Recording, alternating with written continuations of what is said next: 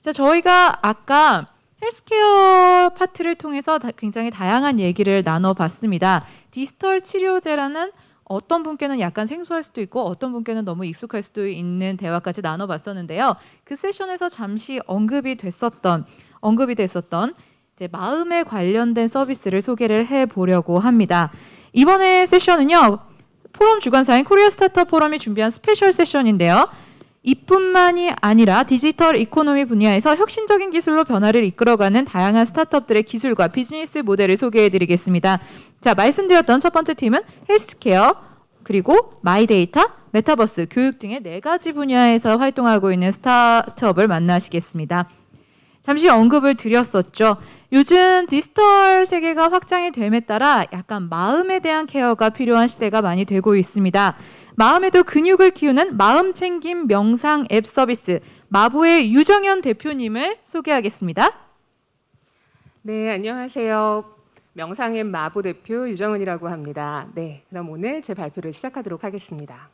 네, 저희 마보는요, 국내 최초 마음챙김 명상앱입니다. 마음챙김 명상이라는 게 조금 생소하신 분들이 있으실 텐데요. 사실 이미 마음챙김 명상은요, 전 세계적인 형상입니다. 이미 미국에서는 캄이나 헤드스페이스 등 유니콘 등극에 오른 계열에 오른 스타트업들이 생겨나고 있고요. 그리고 애플과 삼성폰, 갤럭시에서도 헬스킷 안에 마음챙김이라는 그런 카테고리가 추가되어서 일반인들이 누구나 손쉽게 자신이 명상한 시간을 트래킹하도록 하고 있습니다. 그리고 영미권에서는 이미 아이들의 교과 과정에 명상을 넣자는 움직임이 굉장히 활발하고요. 실리콘밸리에서는 한 10년 훨씬 더 전부터도 이 마음챙김 명상에 관련된 컨퍼런스가 실리콘밸리 사람들 사이에서 이루어지고 있고요. 여기에는 트위터의 창립자인 에반 윌리엄스 같은 사람들이 연사로 나와서 마음챙김 명상이 어떻게 자신의 삶을 바꿔놨는지 이야기하기도 합니다. 이렇게 마음챙김 명상이 굉장히 대중화되고 있는 가운데 이러한 어떤 대중화의 물결을 훨씬 더 가속화시키는 어떻게 생각하면 조금 안타까운 일들이 우리에게 일어났습니다. 바로 우리 모두 다 지금 겪고 있는 코로나19인데요. 코로나19가 어느 정도로 우리의 삶에 영향을 끼쳤냐면요. 이건 유로모니터라는 글로벌 리서치 기관의 데이터인데요.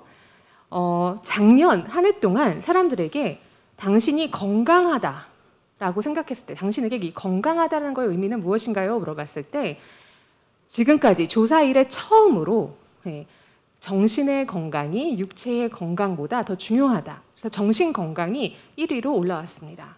이것은 그만큼 코로나19 시대에 어떤 육체적 건강보다 정신적 건강이 더 사람들에게 더 많이 신경이 쓰여지기 시작했다는 걸 의미한다고 생각합니다.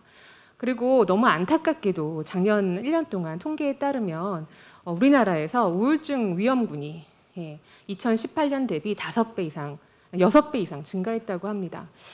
저희가 보는 이 수치는 이렇습니다. 갑자기 코로나19 때문에 우울증 위험군들이 증가했다라고 생각하기보다는 우리나라에 이미 우울증 위험군들이 많이 있었는데 코로나19가 어떻게 생각하면 이것을 공론화시키는 그런 자리를 촉발하지 않았나 생각하고 있습니다.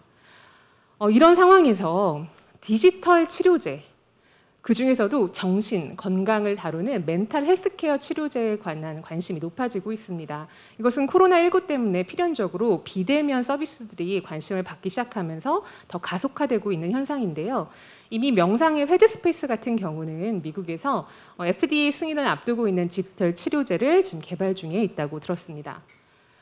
이러한 상황에서 또 되게 재밌는 어떤 리서치를 보면 제가 이 똑같은 리서치 기관의 자료를 지금 2번 인용을 하는데요. 작년에 2019년에 발표했던 자료를 인용할 때는 글로벌 명상앱 시장 규모를 2027년 7조 2천억 원으로 예상하고 있었습니다.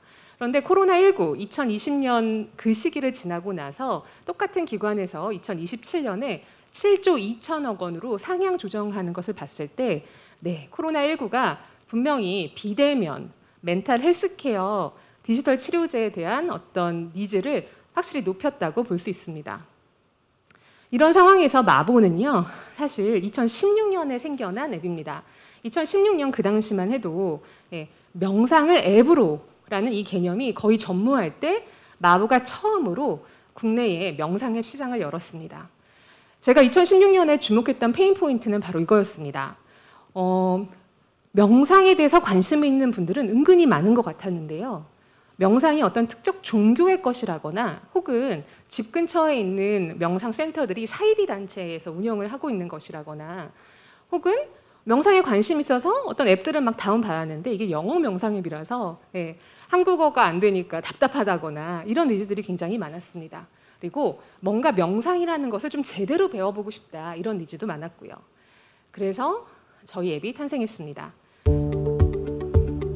마보는 사용자들이 언제 어디서든 명상을 기초부터 그리고 다른 사람들과 함께하는 느낌을 받으며 할 수 있도록 한 명상 앱입니다.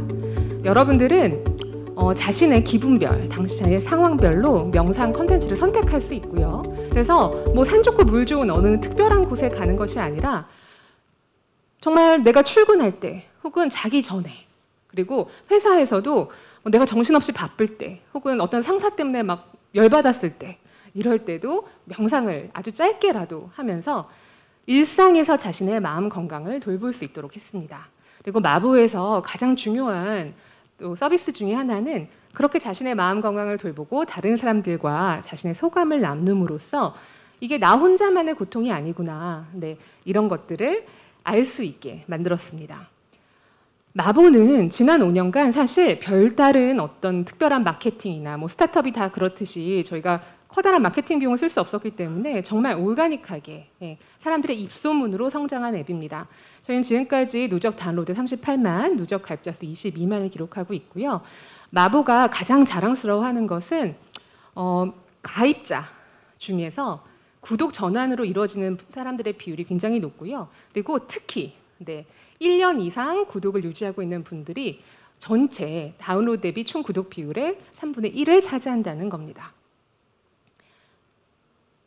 마보는 지금까지 굉장히 많은 주목을 받으며 성장을 해왔습니다. 네, 그럴 수밖에 없었던 것이 국내 최초로 이 마음챙김 명상 앱이라는 것이 무엇인지 시장을 열었으니까요. 근데 제가 주목하고 있는 흐름은 바로 이것입니다.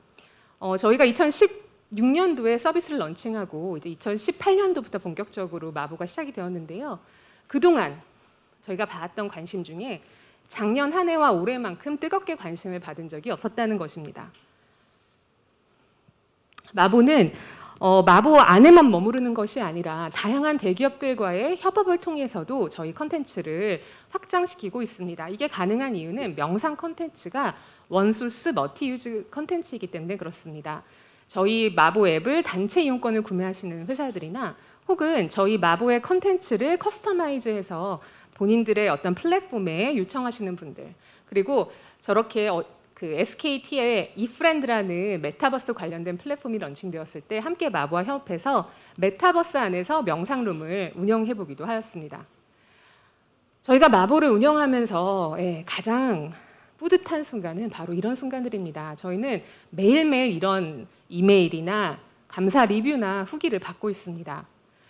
마보 덕분에 며칠 만에 잠을 잘 수 있었다는 소방관님 그리고 마보 덕분에 이제 정신과에 갔을 때 우울증 약을 줄여도 되겠다라는 이야기를 들으셨다는 저희 유저분 그리고 처음으로 마보 덕분에 제주도로 비행기를 타고 갔다 올 수 있었다는 유저분들까지 정말 많은 분들의 삶을 저희가 바꾸고 있습니다. 그리고 이것을 저희는 조금 더 확대할 생각을 하고 있는데요. 일단 첫 번째는 관련된 연구들을 지금 연구를 통해서 데이터들을 확보하려고 하고 있습니다. 네, 저 왼쪽에 영어로 이제 길게 쓰여 있는 저것은 저희가 일산병원 정신과 했던 공황 증상이 있는 분들에게 마보 명상 앱이 어떻게 도움이 되느냐에 관련된 연구고요. 오른쪽을 보시면 저희가 그동안 정부 기관이나 정부 산하의 단체들과 함께해서 저희 이용권을 배포하고 그걸 통해서 사람들이 도움을 받았던 그런 히스토리를 보실 수 있습니다. 국내에서 디지털 헬스케어 시장 그리고 특히 디지털 멘탈 헬스케어 시장 같은 경우는 어떤 산업의 전망을 하기에도 굉장히 아직은 너무나도 초기 단계인 것은 분명합니다.